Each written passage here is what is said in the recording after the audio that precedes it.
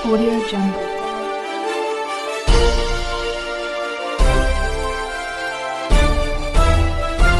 Audio Jungle. मैं रंजन कुमार, नमस्कार। अभी आप देख रहे हैं कंचन न्यूज। इसे लाइक, सब्सक्राइब एवं बेल आइकॉन दबाना ना भूलें ताकि न्यूज का नोटिफिकेशन सबसे पहले आपके पास पहुंचे। अब चलिए खबरें विस्तार से।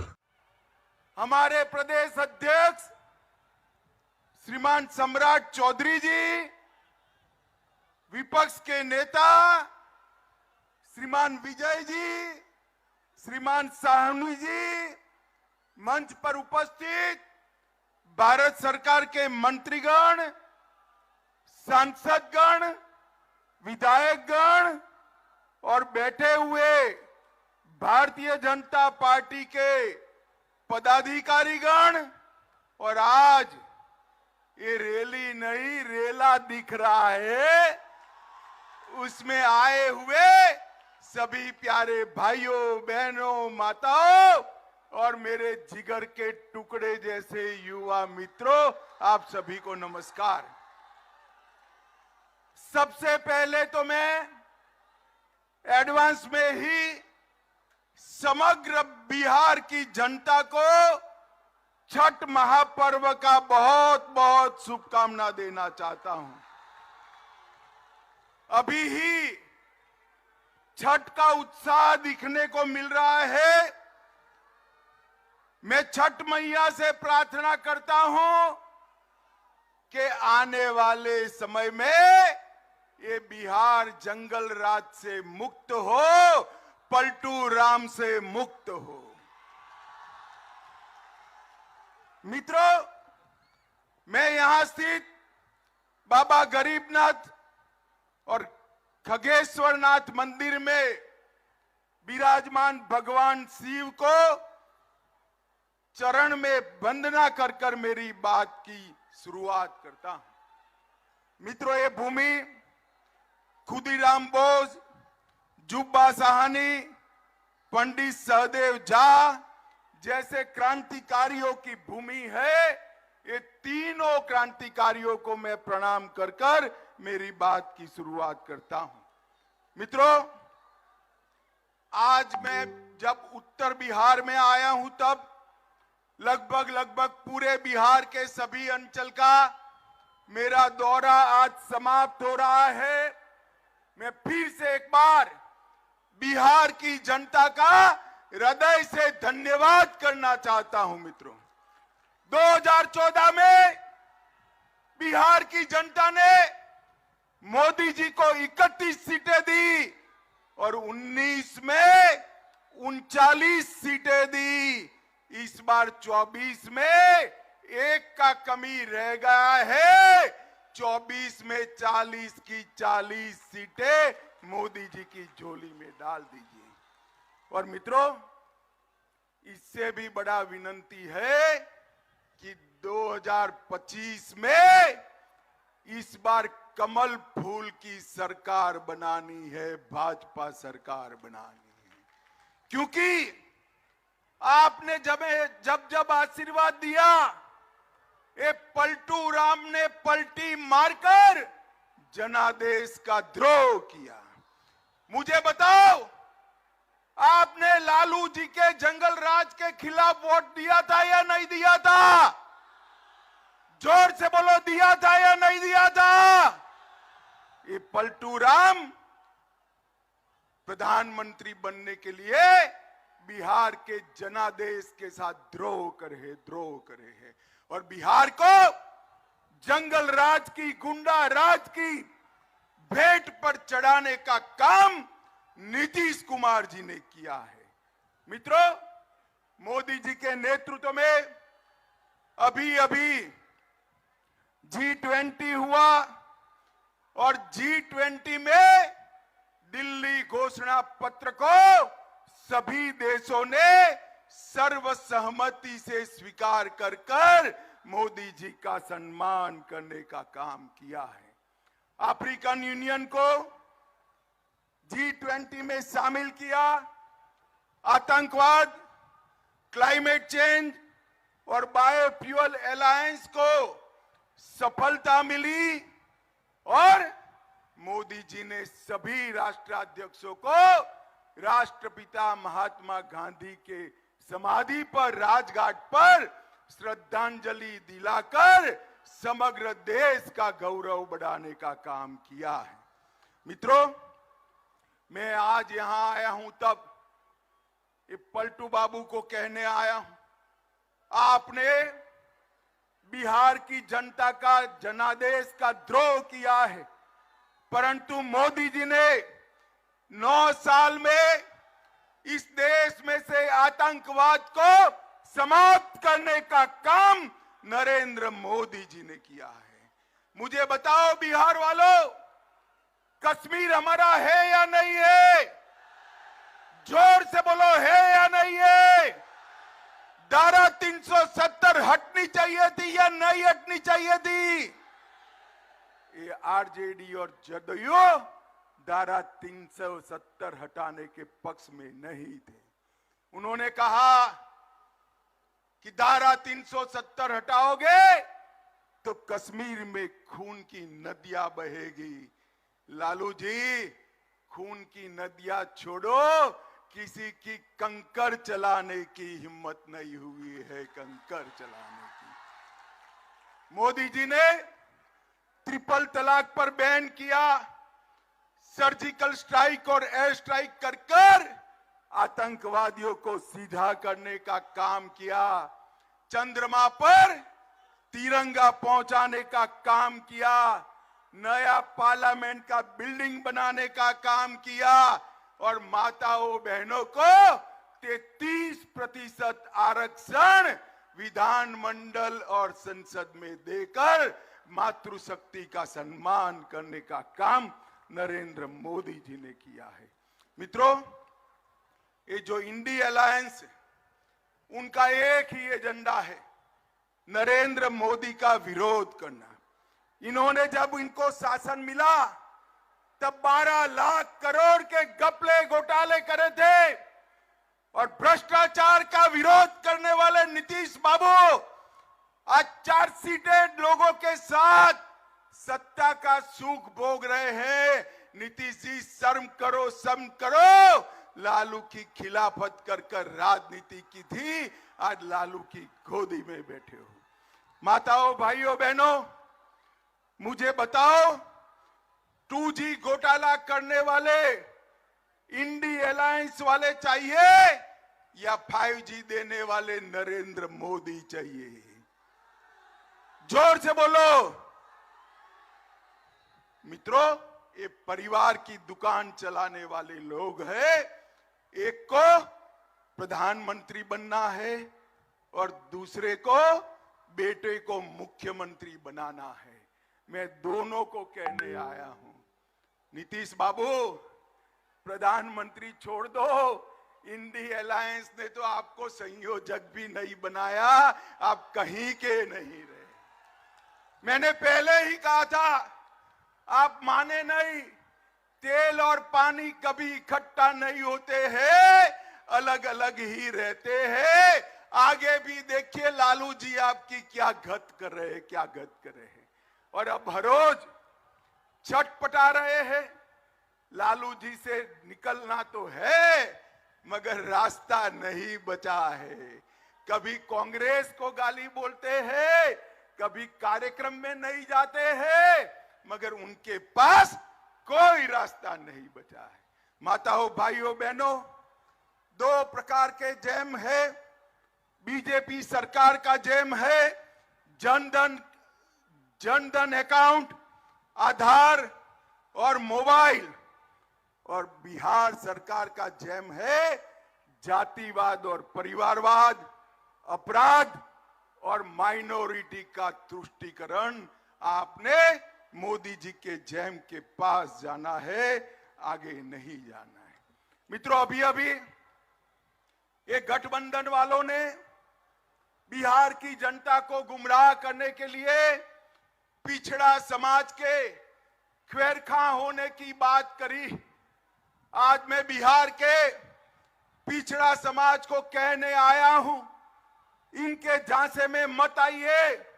ये जो सर्वेक्षण करा है नीतीश जी ने, सर्वेक्षण करने का फैसला हुआ तब भारतीय जनता पार्टी नीतीश सरकार में हिस्सेदार थी और भारतीय जनता पार्टी का ये फैसला था। और मित्रों, सर्वे में क्या किया? यादव और मुस्लिम आबादी बढ़ाकर ईबीसी की आबादी को कम किया, अति पिछड़ा को अन्याय करने का काम ये लालू नीतीश की जोड़ी ने किया है। मित्रों, इन्होंने हमेशा पिछड़ा समाज का कांग्रेस ने बहिष्कार भी किया, विरोध भी किया, और मोदी जी ने हमेशा पिछड़ा समाज का सम्मान करने का काम किया है। माताओं, भाइयों, बहनों, मोदी जी के मंत्रिमंडल में 27 मंत्री, जोर से बोलो कितने मंत्री? 27 मंत्री ओबीसी समाज से हैं। 35% से ज्यादा मोदी जी ने ओबीसी कमीशन को संवैधानिक मान्यता दी है। लालू जी अब 10 साल तक यूपीए सरकार में थे, ओबीसी कमीशन को क्यों संवैधानिक मान्यता नहीं दी? इसका जवाब बिहार के पिछड़ा समाज को लालू यादव दे। नरेंद्र मोदी जी ने पिछड़ा समाज की सूची को राज्यों को निर्णय करने का संवैधानिक अधिकार दिया है।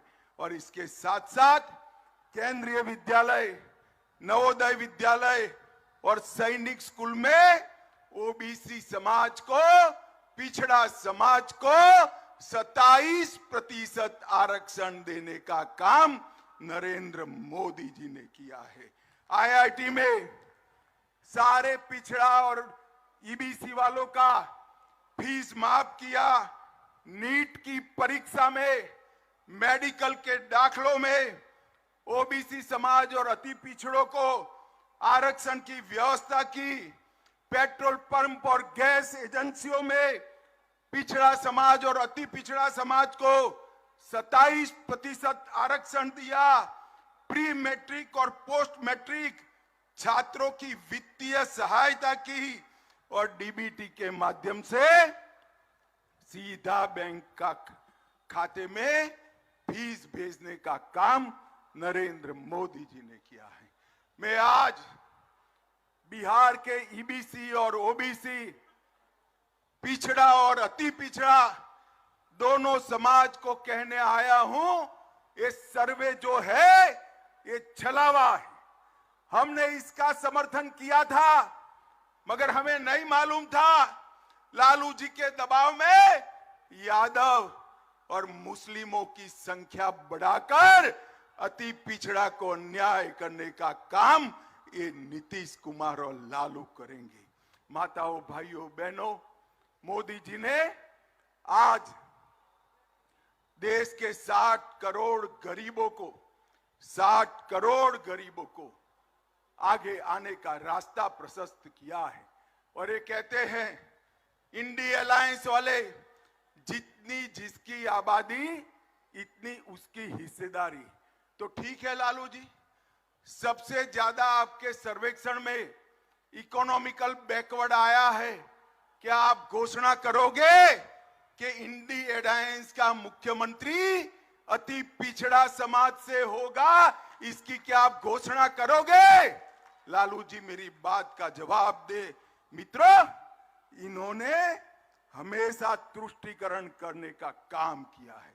मुजफ्फरपुर, सासाराम, बिहार शरीफ, पूर्णिया, कटिहार, भागलपुर, इसके सहित समग्र बिहार में मुस्लिम तुष्टीकरण का काम किया है। इसको रोका न गया तो सीमांत क्षेत्र के अंदर बहुत बड़ी दिक्कत आने वाली है। मित्रों, पूरा बिहार गैंग वॉर का अड्डा बना है। भाजपा के नेता राजेश हांसदा की गोली मारकर हत्या की और हर रोज अब अपहरण होने लगे हैं। फिर से लालू राज आ गया है। रोजगारी का 10 लाख नौकरी देने वालों लोगों ने रोजगारी की रैली पर लाठी चार्ज कर कर युवाओं को अपना असली चेहरा बताने का काम ये लालू और नीतीश ने किया है। माताओं, भाइयों, बहनों, ये मुजफ्फरपुर में 200 करोड़ से 100 बेड का कैंसर अस्पताल हमने बनाया। लीची को जीआई टैग मिला और डाक टिकट पर शाही लीची को स्थान देकर मुजफ्फरपुर के किसानों को पूरे देश के अंदर बाजार देने का काम मोदी जी ने किया है। हमारी सरकार ने कैसी जगह दी थी। भाई और बहनों, केंद्र सरकार ने बिहार के विकास के लिए कोई कसर नहीं छोड़ी है। जब सोनिया मनमोहन की सरकार थी, लालू जी वहां मंत्री थे, तब 10 साल में बिहार को 1,50,000 करोड़ रुपया दिया था।